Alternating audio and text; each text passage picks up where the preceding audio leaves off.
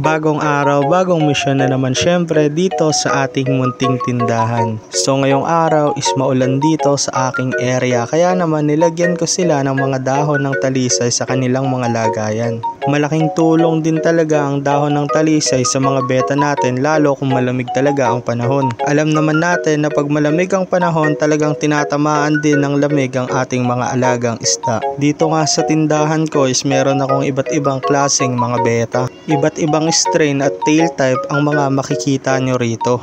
Pero karamihan is junior size lang. Mabilis kasing maubos dito sa beta shop yung mga breeder size talaga. Kaya naman hindi na talaga umaabot minsan sa online. Pero ganun pa man, madali pa rin naman magpalaki at magpa-breeder size ng beta basta tama yung pakain natin sa kanila. Tamang pakain tayo ng live foods at tamang alaga lang tayo sa tubig para hindi talaga sila tamaan ng sakit.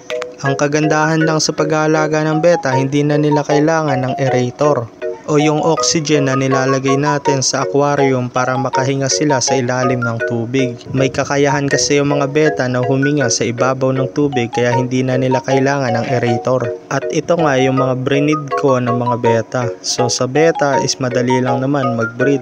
Ang mahirap lang talaga is magpabuhay ng mga fry. So napakaganda lang naman nitong alagaan mga boss dahil napakadali rin nilang rumami. Basta meron ka lang kondisyon na male at female na beta is pwede mo na silang paramihin. At ito nga yung mga beta ko na mga nasa beta tanks. So lahat ng beta na to is nilagyan ko ng talisay dahil bata pa nga sila, maglalabas pa sila ng kanilang mga kulay. Nakakatulong din talaga yung mga dahon ng talisay magpalabas ng mga kulay nila. At kung gagamit nga pala kayo ng dahon ng talisay, gamitin nyo yung mga dried na o yung mga nahulog na sa sahig.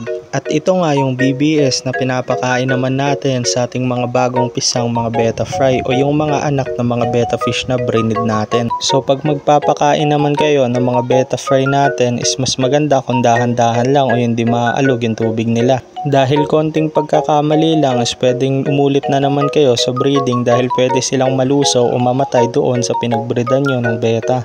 After natin silang pakainin, pwede natin silang takpan para maiwasan nating itlogan sila ng mga lamok. Oras na itlogan kasi yan ng mga lamok at magkaroon ng kitikite. Ang kitikite ang kalaban ng mga beta fry natin. So kinakain ng kitikite yung mga bagong pisa nating mga beta kaya unti-unti silang nauubos.